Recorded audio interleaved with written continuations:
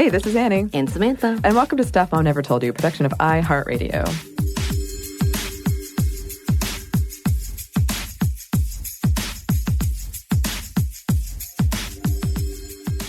And today we're thrilled to be joined by Chelsea of the podcast Dear Young Rocker to talk about a lot of things, but like the impact moms have on our self-esteem and women and girls in the music industry, because podcaster is just one of many hats you have worn and currently do wear. So, hey, Chelsea, thank you so much for joining us. Hey, thanks so much for having me. Of course. Yeah. Could you introduce yourself to our listeners? Certainly. So I am Chelsea Ursin. I'm from Boston, and I'm an independent podcast producer, and my show is called Dear Young Rocker. And Dear Young Rocker is an audio memoir of myself, ages like 11 through eventually early 20s, about struggling with the things that many adolescents struggle with: body image, anxiety, social anxiety, depression, a lot of things we all go through, and then how I found the outlet of music to help me through all of those struggles, and how I discovered that on my own, and then sort of processed a lot of feelings through playing music and then playing in bands. I was a bass player, and so I kind of recreate how I found the bass and started playing it, and I recreate the sounds of my first high school bands. And then I also give advice to younger people who might be going through the same things I went through at that age. And I try to really level with teenagers as opposed to sort of talk down to them and say, oh, stop being so sensitive. You're going to outgrow this phase, et cetera, that I was told when I was young. So I kind of say, your feelings are valid, and let's talk about what's going on with you, and it's okay to be you, and you're not alone in what you feel. Yeah, when I listened to it, I immediately connected with a lot of it, and I remember being... Right. I also started a band in high school, but it didn't go anywhere. I like you did a little dream color pop just to emphasize. Yeah. how cool you were in the band. I was very cool. Oh, great. But yeah, I really appreciated how when you're writing these notes or letters to your younger self, it's from a place of understanding. Yeah. Like, this is why you were feeling this way. And people with anxiety in particular, like, no one was telling you that. And so I think that's a great approach, because we do often talk down to younger folks, and we dismiss. I feel like we forget that we were that too, and it wouldn't have helped for someone to be like, oh yeah. Get over it. Yeah. Right. And I was thinking the same thing when I was listening. I was like, man, this is so familiar. I remember having those thoughts in my head about, this is, if I could just do this, or if this would change, and why won't this happen, and this is the worst, or this is the best. Or all of those situations. I'm like, oh my God, it was like yesterday. When I had those anxieties trying to be a teenager, and when you feel very different from the crowd around you, you're like, what do I do now? Right. So it was very nostalgic. Also, you were a part of a controversial conversation last night, because we were talking about the music that you were referencing, and about whether or not we were like, that's cool, that's not cool, what did you do? We had a whole moment of reminiscing about, whether it was about Green Day, Linkin Park came in. Linkin Park. I'm not ashamed I like Linkin Park. Oh, yes. So that was a whole conversation of like, oh my God, I forgot about all these things, and loving these things, and feeling so a part of the lyrics or the music, and feeling that angst, and how genuine that felt in the moment, and how oftentimes we do ignore that. And I know I've worked with teenagers, at-risk teenagers, and oftentimes how dismissed they are, but also how connected they are to music and to words and writing, and how it feels so personal for them. Yeah. So it's a beautiful, beautiful podcast. Thank you very much. Yeah, the words of teenage girls in particular are usually seen as silly. It's like, oh, write in your diary and then burn it when you're 20 because it's too embarrassing, which is what I did, unfortunately. So I had to go back and kind of recreate memories through conversations with friends and whoever. But at this point, as more of a grown-up, I guess, I feel like those feelings were valid and important, because that was the beginning of who I am. I've leveled out, but those feelings still happen sometimes. I just know how to deal with them, and I don't want to pretend that I'm a completely different person than that teenage me, even though it feels like I am, you know. Yeah, you can see the inklings of what you would become. Right. I think it's just more accepting that this is okay, more so than changing. Be like, all right, like I've accepted this is where I am, and these are the coping skills I've learned growing up. Right. I'm like, okay, panic attack, here you are again. Let's hang out for a minute in the bathroom, and then like instead of like, oh no, my life's gonna end because I'm panicking. Right. You know? Right. Yeah. And kind of going off of that, something we've talked a lot about on this podcast, and even recently in talks that we've given, and its recurring theme in your podcast is anger, and particularly anger when it comes to women and girls. Yeah. And I, for one, have been real honest with people on this show. I never learned to express it. Yep. I struggle being angry. I go from 0 to, oh my God, terrifying angry. And because of that, like I've often joked, even though I think it's true, instead of expressing anger, I would allow like something hurtful to happen. Right. So can you talk about your experience with anger and finding this acceptable outlet to express it? So, from a very young age, I have very early memories of feeling like, I guess, rage, just uncontrollable feelings like I just wanted to punch all the boys on the playground or whatever it was, or yell at the teacher who corrected me. And no one told me this, but I had absorbed the message that it's not okay for a girl to feel that way. That if I were a boy, I could go punch someone and they'd be like, boys being boys, just playing on the playground. But I knew that if I did that, I would be, what I told myself was I would be crazy. And so I couldn't let anyone see that side of me. And so I kept it in, which I think a lot of non-cis males do. We keep our anger in because we don't want to hurt other people. And so we hurt ourselves. And so I hurt myself over and over keeping that in. And I was never presented. I remember I asked my parents if I could play football because I felt like I needed to get this out. I intuitively knew that. I didn't like sports. I just felt like I had to release this. And they were like, no, you're going to get hurt. You can't play football. We don't want you to have a head injury and whatever else.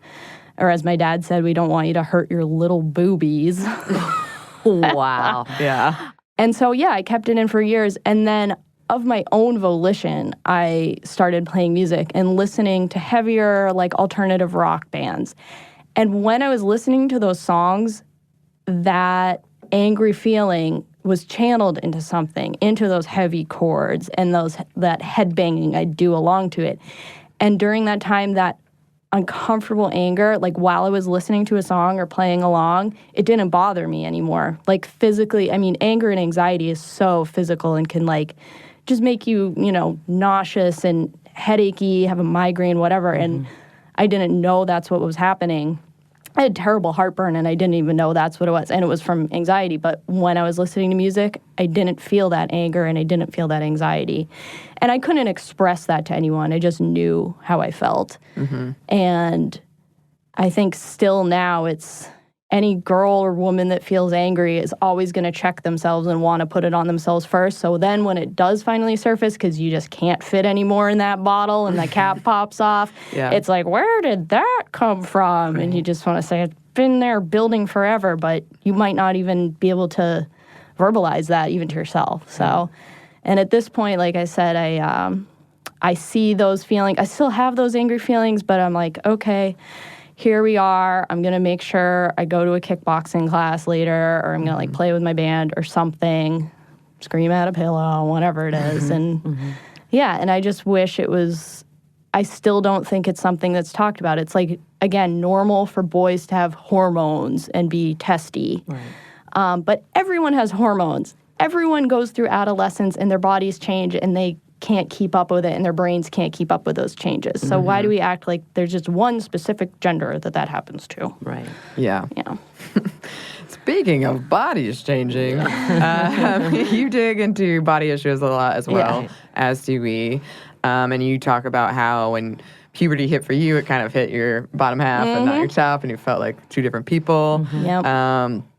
And then this push from your mom to wear 90s jeans and your preference for boys' clothes like Jinkos, which I also totally was like, yep, I remember this. Yep. I remember this. And wishing strongly that you weren't a girl. Right. And really despising girliness. And you Right. later came to understand what you really despised was like these expectations. Right. Yes. But can you talk a little bit about that?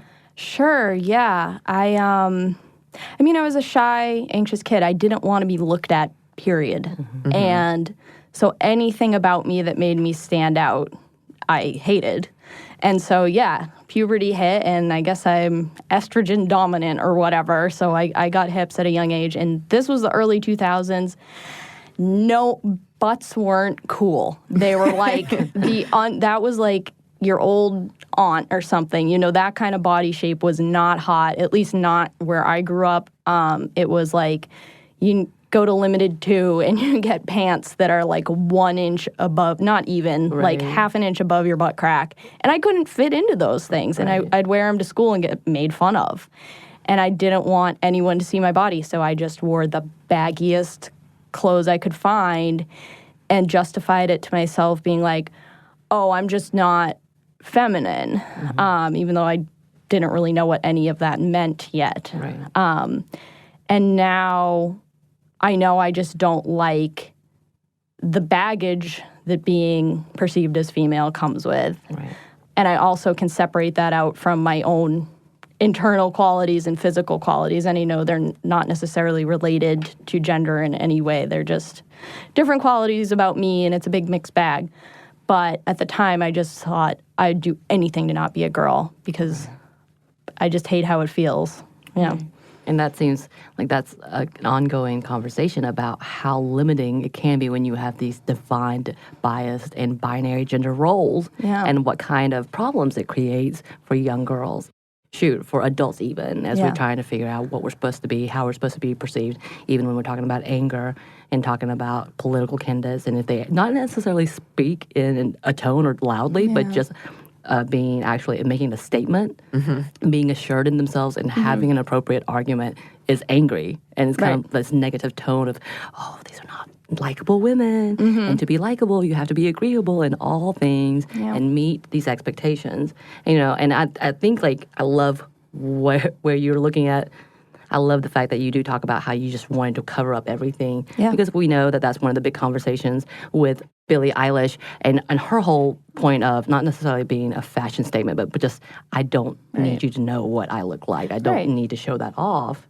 And then also, I know recently she just at a show actually took everything off and was like, you can't define me to be one way or the other. I want to have the option to be however I want to define myself. So did you think, when you see things like that happening, do you think that is a step forward rather than like, hey, finally, we're actually on the same page? And yes, these are the same issues that kids are going through today that I went through 20 years ago. Yo, I date myself at this point.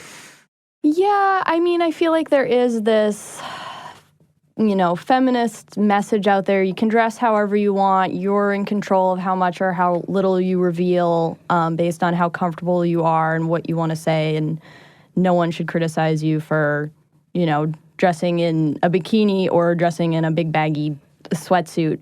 But if you dress in a bikini, you're still going to get the same criticism you got 20 years ago. Right. You're still going to be on the tabloids with whatever yucky words. And being in the public eye that much at such a young age, I cannot imagine. I mean, I was just in my little middle school of 50 kids or whatever, and was terrified of like wearing anything slightly form-fitting. So I can't imagine what it's like for Billie Eilish. And I respect that she's like, okay, yeah. I think she was waiting to like turn 18 to do that, I think. I remember, according to the media, which who knows, she might have offhand just said something, but I remember some quote was circulating like, when I turn 18, I'm gonna, you know, express the right to show off my body if I feel like it. Right.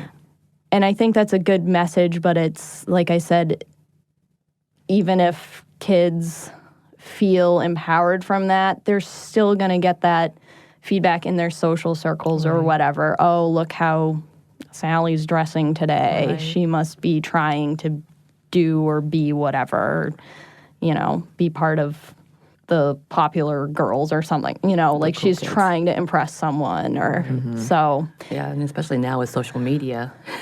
which is like a megaphone to, look at me, criticize me, look at me. It's so scary. Yeah. Yeah. Absolutely.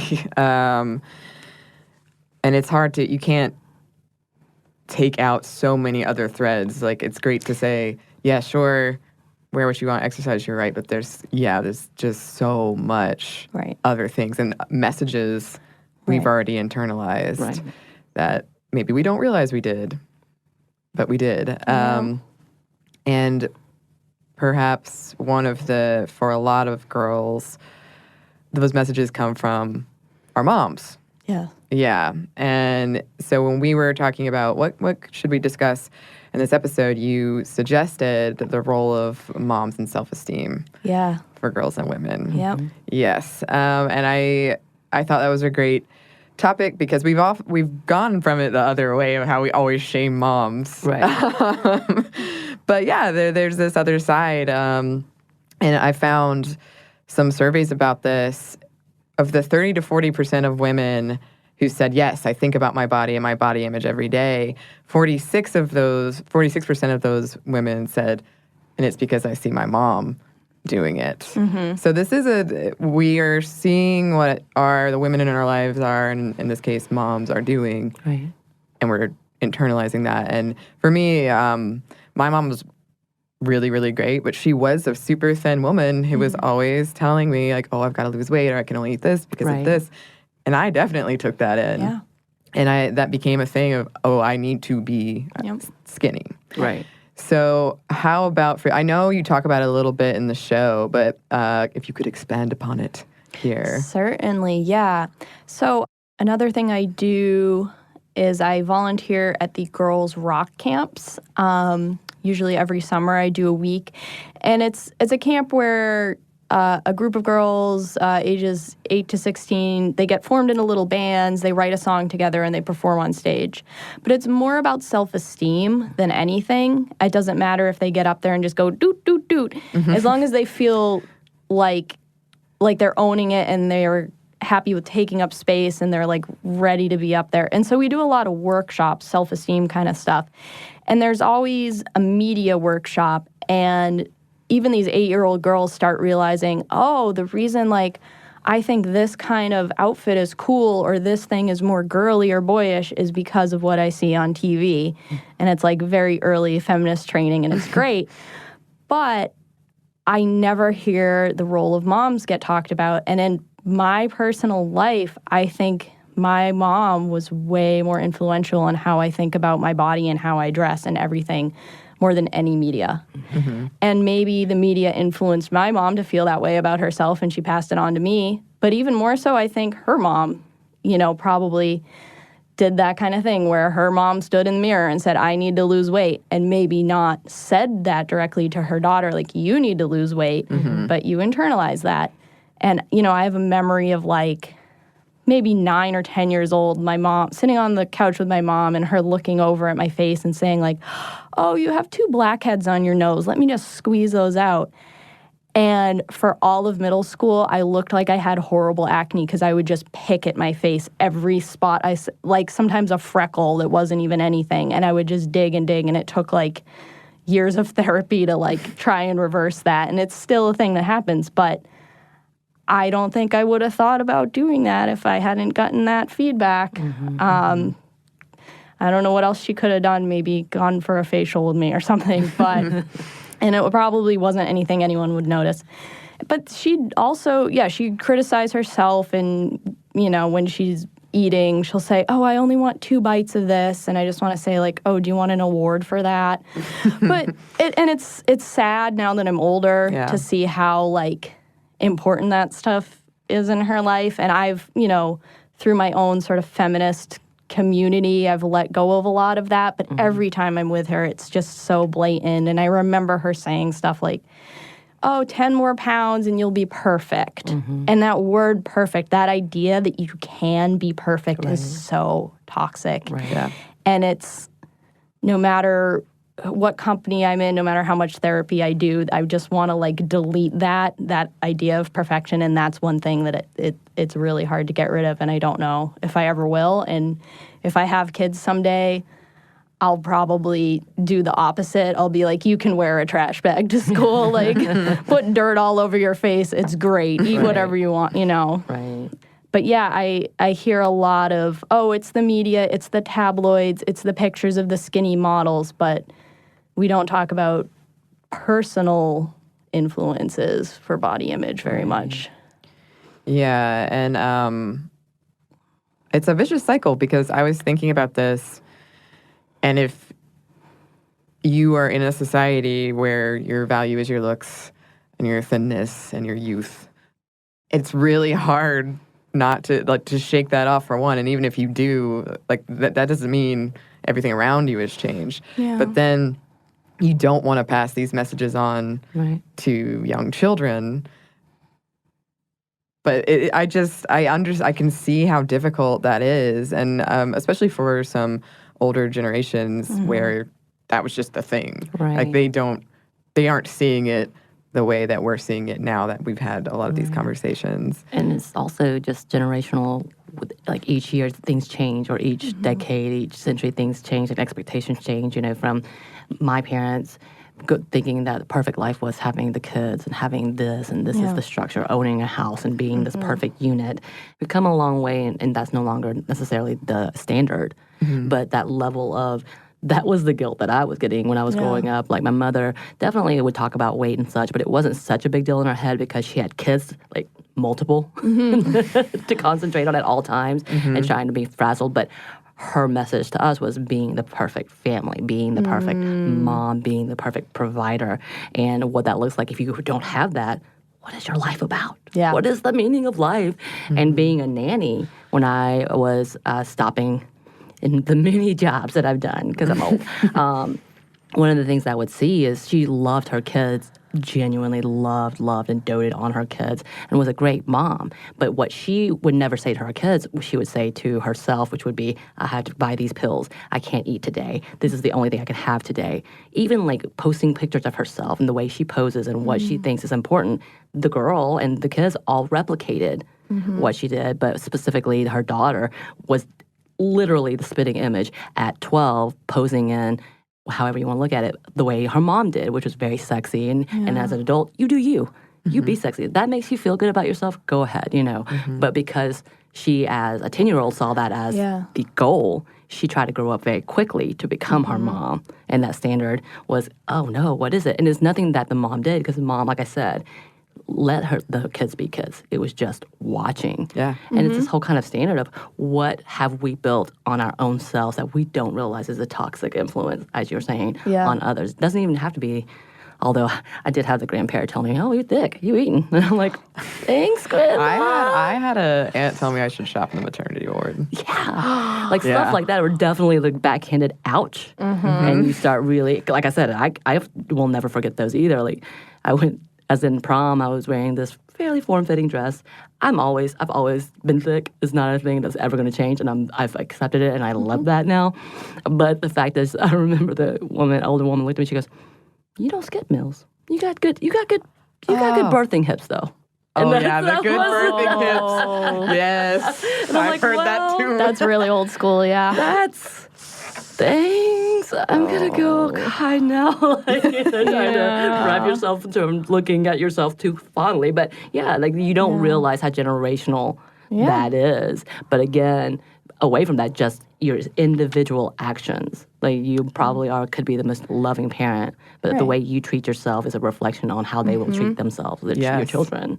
Right. And yeah, it definitely is like, can we talk about breaking these things down? How do we do this? And that's one more thing of, we got to look at our own selves and talk about the things that we are taking for granted in our own lives, and or putting ourselves in a place that's you can't meet those standards. You will never be, as you said, perfect. And why is it specifically to women the need to be perfect? And of course, the definition changes from person to person, whether it's my family saying, having a family, that's perfection, to a woman saying the body of this is perfection.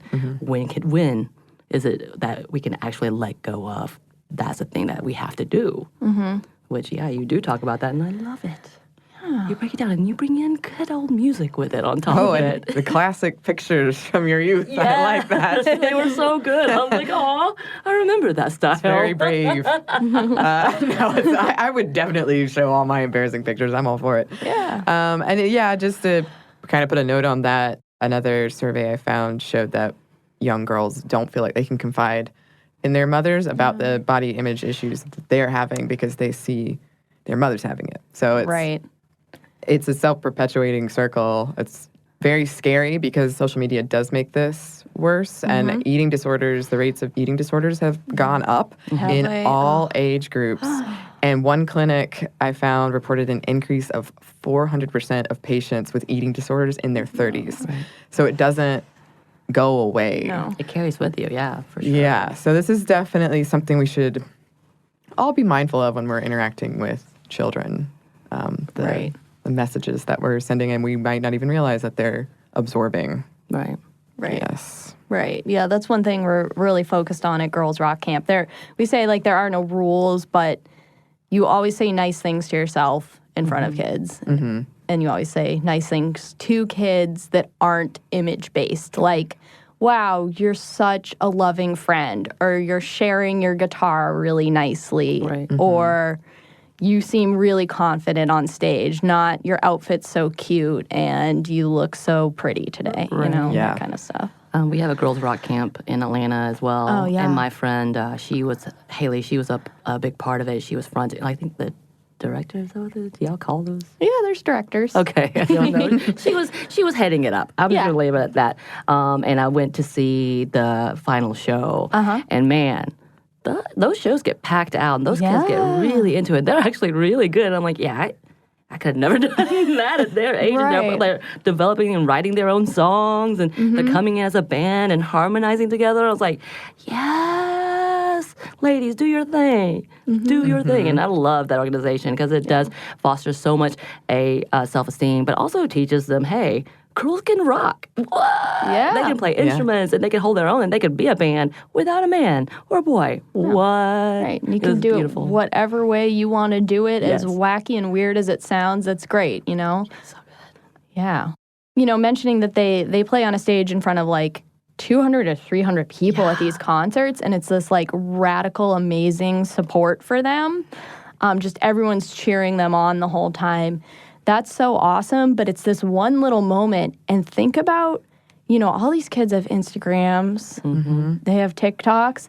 How many thousands and thousands of people are seeing them a day and potentially commenting on them, on their selfies or whatever? And even if they're not writing negative comments, just the kid knowing that their body is being seen by this many people. So, just having a space where they know they're going to get 100% support and love, and you're doing great. I don't know if it can overcome all of that stuff that's on the internet, but it helps a little bit. Right. Also, they get that moment of being a star. Yeah. They are on stage, whether that would make me probably pee my pants, to be honest. Yeah. But they get to actually be in the spotlight and showcase their talent. That's a beautiful moment. And how much are you going to remember that? Hopefully fondly, but you'll remember that forever. And what a great experience for that.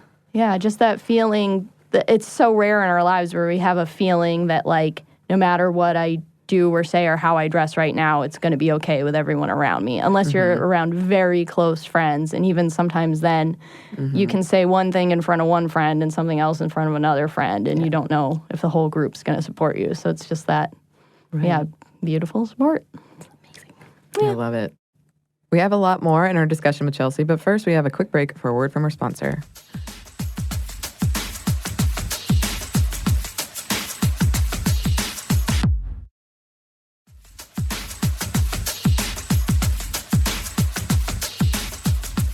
And we're back. Thank you, sponsor. Now back into the interview. I was researching into female musicians, and this kind of surprised me, even though I guess it shouldn't have, but they said it's more of a masculine, because it is sometimes physical, like the hitting of the drums. Right. So it's so important for young girls to see people, women and girls, doing this. Yeah. So that's super valuable.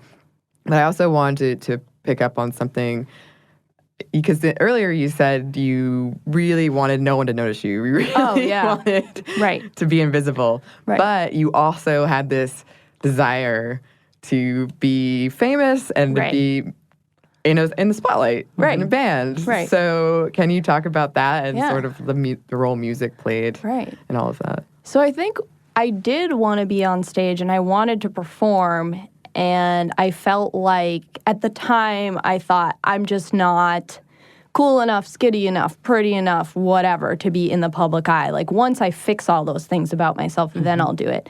So I don't think I really desired to be invisible. It's just that I thought I had all these things wrong with myself because of my mom and whoever else. So I think what I actually really desired was to just be comfortable with myself, but I didn't know that at the time.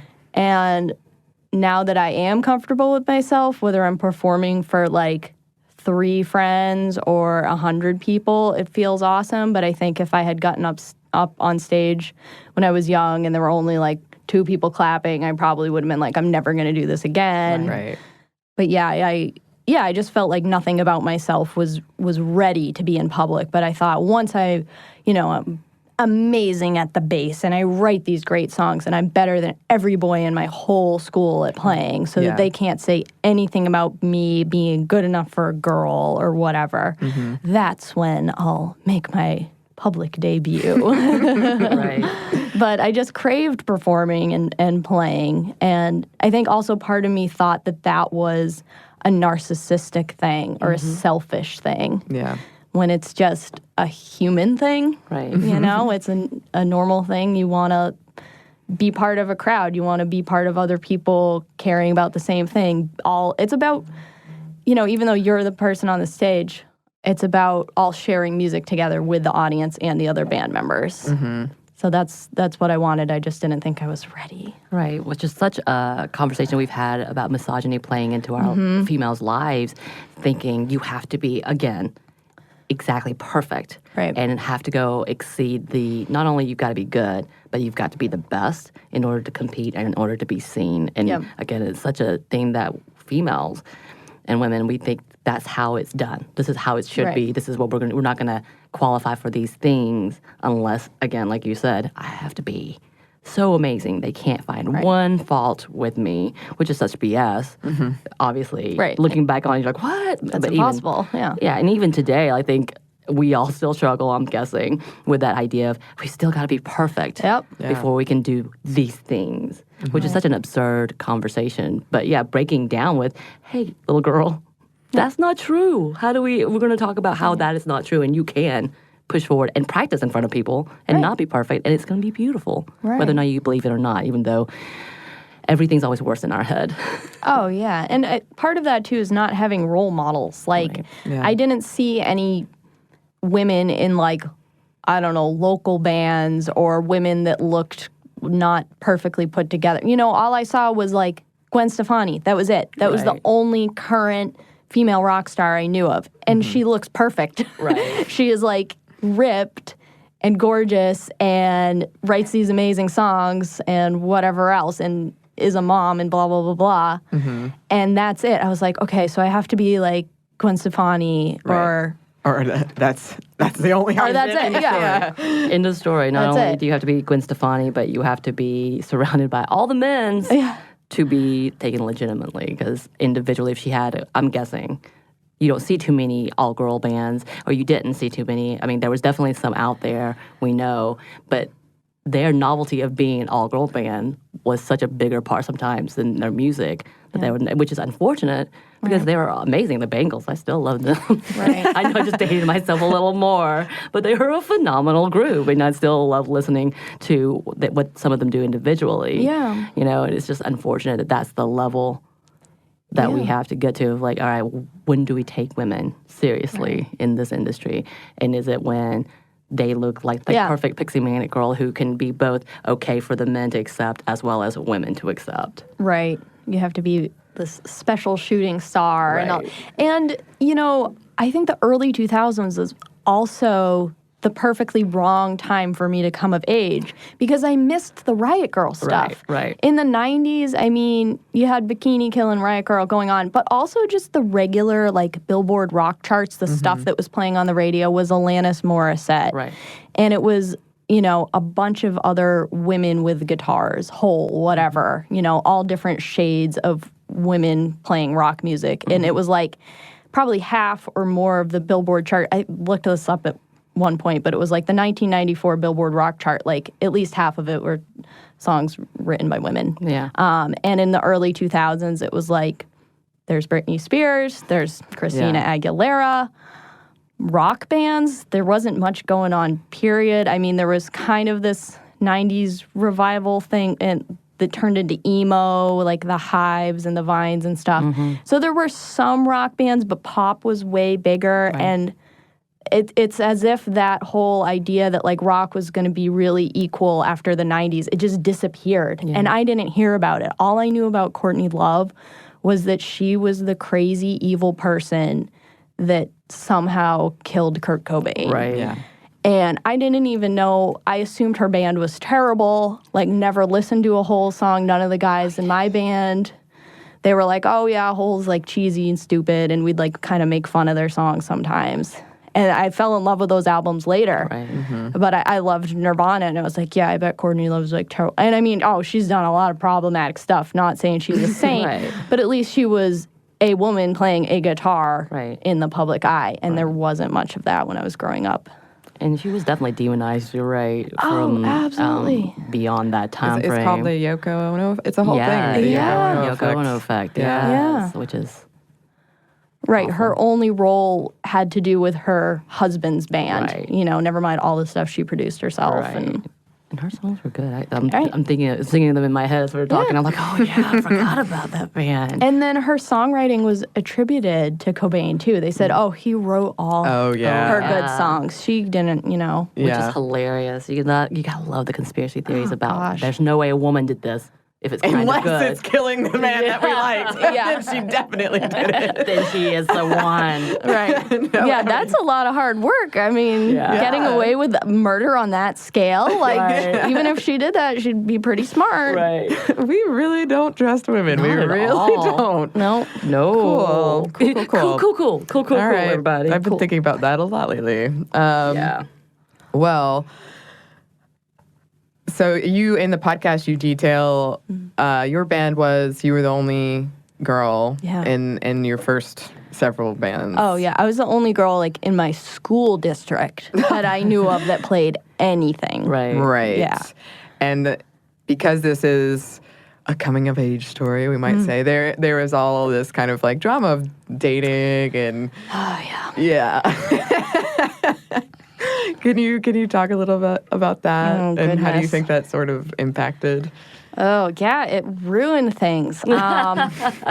And I think a lot of women who started playing music young went through this too in their first bands. You're the manic pixie dream girl. Right. Because I had really bad social anxiety, and as a nerdy, socially anxious person, like, I had my things I was nerdy about, and I could talk to people about those things, and that was it. Like, I didn't have social skills, but I could be like, this guitar has this kind of pickups, and I know this album was recorded in Electric Ladyland Studios. Like, I could nerd about music, and there weren't other girls that could do that. So I was seen as like this amazing whatever by the boys in my band.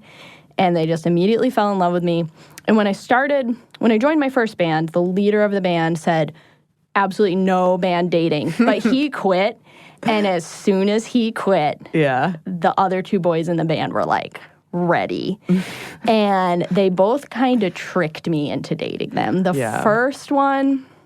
Oh, Anney, this is your story. I know. Are soulmates here. And I hate how common this is. I hate it.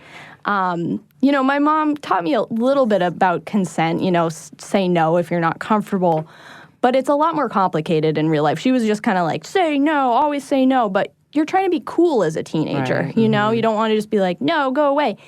And I had my first band, and this was my whole entire social life. So I didn't want to mess it up. Right. So me and my band went to the little, like, town fair together, and I wanted to ride the Ferris wheel, and I didn't have enough tickets. And some of my other friends had tickets, and they were like, oh, if you kiss the drummer, we'll give you a ticket. And I was really self-conscious because I had never kissed anyone, and I didn't want anyone to know that. Right. Because, like, ooh, a prude at 15, and so embarrassing. So I was like, sure, I'll kiss him. Fine. Yeah, I can be cool. So I did, and I hated it, and I got the ticket. And then after that, everywhere I went, he was holding my hand and kissing me in the halls. And I was like, oh, I have a boyfriend now, but if I dump him, my entire social life's gone. Right. My band will be broken up. Mm-hmm. Like, I could sense the tension between the two boys because they both liked me, and no one explicitly said any of this because we were teenagers. Right. Mm-hmm. But I knew if I messed it up, bye-bye band, and I didn't think I'd ever have the confidence to find another band. So... And then once I finally dumped the first one, the second one said, go out with me or I'll break up the band and never talk to you again. Wow. So I had 2 boyfriends that I wasn't that excited about, but I tried to make it work. Yeah. Oh, man. And I was like, okay, now I'm a little bit cool because I have a boyfriend. Right. But did I want one? Not really. Yeah. So. Yeah, it is unfortunate because, like, on a grander scheme, we still see things like that with adult women. Right. Where you're like, oh, yeah, I'm dating this guy or the band or I'm out or, like, my chances are gone. Yeah. So it's really unfortunate. Yeah, what's your story? Where do I begin? She has so many. It is. I had a very similar experience where one day I was just dating some guy and I never said we were dating. Right. And you're like, when did I say yes? Or was I really not given a chance? Yeah. And we're just together now. And I had no idea why this was happening. But then everyone's like, you got to go sit with your boyfriend. Right. What? Your boy, yeah. I actually, through this podcast, have had a really interesting experience of learning that I am asexual. And my band's, one of my hit song that I wrote was called I Don't Believe in Love. And I only now just put together, like, maybe I was onto something and I wasn't just being super emo. Yeah. Like, maybe I was sensing it. Right. But unfortunately, my band, even though it was not very good and whatever, it broke apart because I knew there was this expectation with one of the other members that we would date. And I was like, I don't even want to be around this. Right. So it's upsetting to think of lost opportunities or what non-consensual things have happened. Well, I mean, again, this is kind of, as you're talking about reflecting, this is, again, another conversation about how we are taught at a very young age that we can't say no. And it's impolite to say no. And it's impolite to not, just go with the flow. And that it's okay for people to force their wills on people. Yeah. And as long as they don't actually cry out no, then they're in the right, And it is one more conversation of like, why we gotta break these things down because, again, you're talking about the fact that you're in a position where you were the unicorn essentially, and being the girl that knows music, which there are a lot of those out there. I get it all the time with comics. Like, oh, she's read a comic. Right. Must date her now. Right. This is your criteria. Yes. Checks. In the story. But that's that conversation of why is these expectations so pigeonholing people into you have to be, if you're like this is what it means for you. And this is the future you have, whether you want it or not. And you should not be able to say no because you've got to be polite. We've accepted you into our small world. And sometimes, like we were just talking about, they figure out ways where there's no opportunity to say no. And you feel like you'll be, once again, the crazy girl if you force your opinion, your natural right to say no. But if it's not in there and you're trying to be a cool teenager, be like, I'm not a prude, then that social influence goes so far, no matter what our parents or teachers, best intentions trying to explain consent to us. It doesn't happen like that the first few times when you're really young. You don't see things as black and white. Right. But looking back on that now, I'm like, I should have just punched him in the nose. But at the time, absolutely nothing mattered more than like social currency. Right. Sure. That was it. Right. And so I would have, Right. I mean, luckily they were nice enough. I just had some like goofy trips to the movies and the diner and whatever. It wasn't like a huge, no one was trying to like marry me, whatever, but I didn't want to spend my time doing that. Right. I wanted to be in my room just playing bass or, meet a girl who also played music. That would have been amazing. Right. And I know there's so many others, there were and still are so many others alone in their rooms feeling the same way. Right. And that's kind of the goal of my podcast, is to get people to feel like, oh, this thing that I thought only I went through, or I went through worse than anyone else, so many of us went through it. We were just at different high schools or whatever, Yeah. Yeah, and I love how you break that down of it's confusing when someone says, oh, yes, if you make out with this dude, which is a cool thing to do, you'll get the ticket. And it's just like so many factors coming in of, I don't want people to know that I've never kissed someone, Right. and then I don't want them to think I'm not cool. And then it's just a lot more complex than, oh, yeah, don't do that, kid. Right. And I think that's really important for kids to know, to hear these stories, these really honest takes of what was going through your head at that time and why it happened at all. And because you don't necessarily understand all those things until you look back. Right. But you do know, there's this confusing, all this weirdness around it. Yeah. So I think that's super important. And as a kid, I wish I had had something like that. Right. And I think, I love the fact that you are having these conversations and putting this out there, because it's teaching kids, it's teaching young people, probably teaching adults, you can say no. And what does that look like to be able to say no, even though you feel like you don't get that choice? Because, again, we are oftentimes pushed to a corner and being not given that choice and feeling like, oh, well, I got to do this if I want to be A, B, or C, or D. And to actually have them being like, hey, no, you actually can say no. And it's okay. And by the way, you're probably not the only one that wishes or wants to say no. Oh, or just get off me or get away from me. Right. And it still happens. I mentioned this in an episode. I got tricked into being on a date not that long ago, less than a year ago. Yeah. You do? All the time. So sorry to hear that. It's always like, oh, I feel you. I'm so sorry that you've also been through that, but it's, once again, so good to not be alone in those yucky things that happen. But yeah, I went to see a band play, and I was friends with the bass player. And so he, put me on the guest list, like, at a really big club, but I had no friends to go with me, went by myself, whatever. I was watching the show. And there were two dudes next to me, and they were like, oh, you like this band? I'm like, oh, yeah, I know the bass player. And we just talked about music. That's it. We talked about nerdy guitar stuff, recording equipment, like editing software, the most, not flirtatious conversation ever. No one asked me if I had a boyfriend. There was no talk of like dating. No one even tried to figure out if I was straight, whatever. Right. And then they, this group of guys was like, let's get a beer afterwards. And I was like, sure, I have nothing to do. And they seemed nerdy, and maybe it'd be a good like networking connection. Like they're audio people too. Right. And we get to the bar, and suddenly, I don't know what, like, spaceship the other people took off in, but I'm alone with this one guy. Yeah. And I just looked at him, and he looked at me.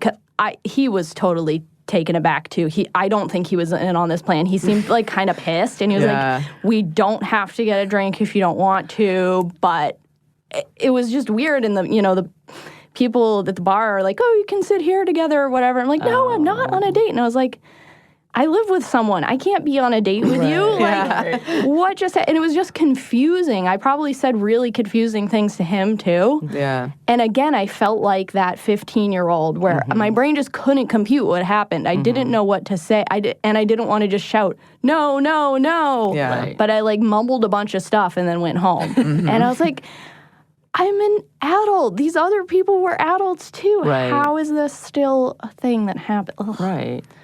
Yeah, I, because of this show, am recently in therapy. So I've only been in therapy for like 1 year. And congratulations. Thank you. Proud of you. One thing that I've realized has really severely impacted me is that kind of thing where what I immediately do is I'm like, what kind of signal where did I go wrong? And then I feel horribly guilty about, okay, well, now I've got to hurt this person's feeling, and I didn't know this was a whole thing.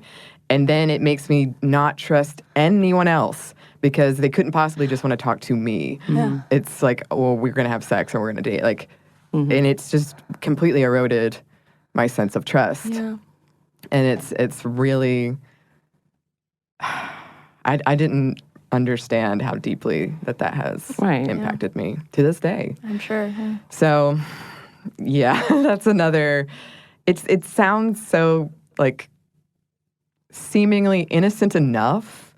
Because I think you said in that episode, surely the friends were just... They thought they were doing their friend a solid or whatever. Yeah, exactly. Yeah. Right. Yeah. But we need to think about the implications and repercussions of those kinds of things. Right. Yeah, and who knows? They don't know what my experience could have been. Maybe I had been through something similar that turned out really badly and dangerously before. Like, just leaving a woman alone with a strange man is never good. That could lead to, even if they were somehow magically knew they were all wonderful people, that's not cool. That's not for you to decide. That's not for the friends to decide whether or not they should be together or whatever, whatnot. And I think this is also, again, a similar conversation of all of these things that are built up in society and the things that you experience and continue to experience today. I mean, I'm with you. I haven't been on accidental dates, so I don't understand that per se. I'm a very, very awkward person in that I have the resting bitch face. So that does really well for me. Yeah. But the fact that, all of these conversations is just the whole, again, freedom to be your own person and what that looks like and trying to establish as a child, because that's what we're doing is growing up trying to figure out what are my values, what are my abilities to control what's in my life. And as we know, for the longest time, children were not allowed to be in control and oftentimes told, these are the things you're going to be doing, you got to listen, don't talk back, just go with it. And I know this makes a lot of sense, and there's a thing about respect. We can talk about that and raising a child to be appropriate and all of these things. But for the longest time, for our generation, your generation and my generation, because we're a little different off, we're having to unlearn some of these toxic ideas of our autonomy. And we see that, again, I love that you're talking about it now because that's still a problem. That still can be a problem for sure. And again, there's a difference between teaching them respect and teaching them, kindness and empathy versus teaching them, being controlled and being allowed to be controlled. And I think that's a huge conversation that especially women, especially in women who are interested in music, in a field that is dominated by men or interested in like the comedy scene. I'm interested in the comedy scene. I mean, comedy scene for sure. But but like cosplay and all of that, what does that look like when it's been, manned by men, literally. And so what does that look like when we're teaching ourselves and teaching the generations younger than us, our younger generations, of this is what it looks like to be able to, again, have an autonomous opinion and being able to care for yourself and being able to control the environment around you to keep yourself safe. And that's a big conversation, and I love that that's what you are teaching as well. Yeah. It has been, I will say, one of the most rewarding things for me beyond connecting with all of the women and girls that listen is some male friends in my life have said, I've never considered what it, like, when I ask you to go do something with me, I just don't have the same level of, it was somebody who was saying when we first met, he invited me to go see a movie with him. And he said, I've never considered that for you, that wasn't a simple, oh, yes, I want to go. Like, there was all of this other stuff. Is this a date? Yes. And if it is do I want to be on it? Right. Yeah. Like, am I safe? Right. So that has been really rewarding as well. And I think as we have these conversations with the younger generation, hopefully we're all... I think it's a lot of unlearning. Unlearning. Both and all of the genders, all of the, all of the conversations, all the generations talking about, we have to unlearn a lot of toxic. Yeah. True. We do have some more for you, listeners, but first we have one more quick break for a word from our sponsor.